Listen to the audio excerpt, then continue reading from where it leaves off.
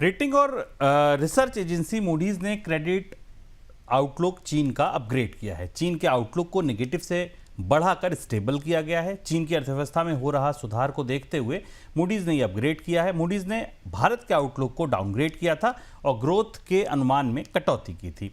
Sir, चीन को लेकर ऐसा क्या लग रहा था? मूडीज को क्या ऐसा दिखा जिसके बाद ये अपग्रेड आया? चीन के कई आंकड़े अच्छे आए। हम लोगों ने चीन के आंकड़ों पर चर्चा की थी। पहली चीज तो ये कि चीन के डिफ्लेशन से उबरने के संकेत मिलने लगे।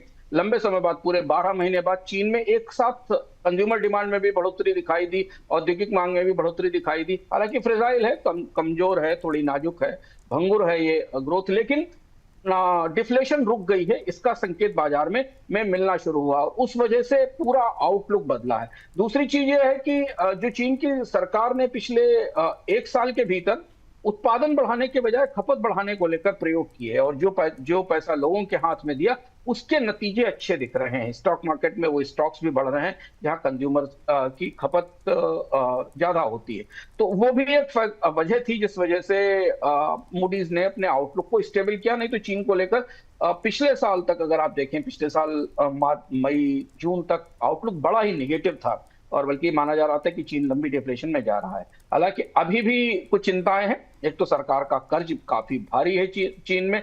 मूडीज ने कहा है कि डेट जीडीपी के करीब करीब 82% तक चला जाएगा 2027 तक और इस डिकेड के अंत तक 90% पर चला जाएगा। स्वाभाविक सी बात है कि सरकार काफी पैसा कर्ज लेकर खर्च कर रही, लोगों के हाथ में पैसा दे रही है खर्च करने के लिए। दूसरा, प्रॉपर्टी सेक्टर में भी रिकवरी के कोई बड़े संकेत इस रिकवरी के दौरान नहीं आए। तो जो अगला बड़ा ट्रिगर चीन से वो ये है कि अगर अगली तिमाही में प्रॉपर्टी सेक्टर भी थोड़ा सा रिवाइव करता दिखता है, क्योंकि अभी तो बुरी हालत है प्रॉपर्टी सेक्टर की, अगर वो थोड़ा रिवाइव होता दिखाई देता है तो फिर चीन की ये ग्रोथ मजबूत हो जाएगी और अगर वहां से नकारात्मक संकेत आए तो दबाव बना रहेगा। फिस्कल प्रेशर चीन की अर्थव्यवस्था में काफी ज्यादा है क्योंकि सरकार को भारी कर्ज लेना पड़ रहा है। सर, एक और सवाल है कि चीन की अर्थव्यवस्था में रिकवरी होना ग्लोबल अर्थव्यवस्था के लिए क्या संकेत है? अभी रिकवरी, चीन ने अपनी पूरी अर्थव्यवस्था का पूरा पर्सपेक्टिव बदला है, तो इसलिए दुनिया की अर्थव्यवस्थाएं भी चीन की इस रिकवरी को बहुत उत्साही ढंग से नहीं देख रही हैं, क्योंकि चीन ने ज्यादा पैसा खर्च किया है, अपनी नीतियों का फोकस इनवर्ड किया है, अंदर की तरफ किया है। तो अब वहां ज्यादा कंस्ट्रक्शन नहीं हो रहा है। शी जिनपिंग ने पिछले साल अपनी जो सेंट्रल पॉलिसी कमेटी की मीटिंग थी उसमें स्पष्ट रूप से कहा था कि मकान बनाकर, पुल बनाकर, सड़कें बनाकर जीडीपी ना बढ़ाया जाए। तो ग्लोबल मार्केट को अभी यहाँ से कोई नई डिमांड आती नहीं दिख रही है, क्योंकि आमतौर पर जब चीन में रिकवरी आती है तो ऑस्ट्रेलिया में, कनाडा में, चिली में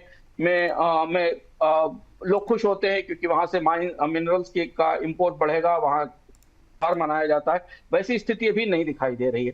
दूसरा ये है कि अब दुनिया के बाजारों को एक बात की चिंता है कि चीन में रिकवरी आ रही है तो चीन ज्यादा एग्रेसिव होकर अपने प्रोडक्ट्स में और ज्यादा मार्जिन देकर बाजार में से बेचने की कोशिश करेगा। तो अभी फोकस इस बात पर है कि चीन एक ऐसे मॉडल का एक्सपेरिमेंट कर रहा है जो हाल फिलहाल के दशकों में नहीं हुआ इतनी बड़ी अर्थव्यवस्था के लेवल पर, जहां घरेलू डिमांड को सस्टेन करके उससे रिकवरी कराई जा सके। तो पूरी दुनिया की निगाहें इस पर है। तो स्टॉक मार्केट में निवेश करने वाले चीन के निवेशकों के लिए तो अच्छी खबर है, पर कमोडिटी बाजार अभी इसे थोड़ा और मजबूत होते हुए देखने की अपेक्षा रख रहे हैं कि अगर ये ग्रोथ का ट्रेंड मजबूत होता है, उत्पादन चीन में बढ़ता है और निर्यात बढ़ता है, तो शायद ग्लोबल कमोडिटी मार्केट्स के लिए डिमांड निकलेगी।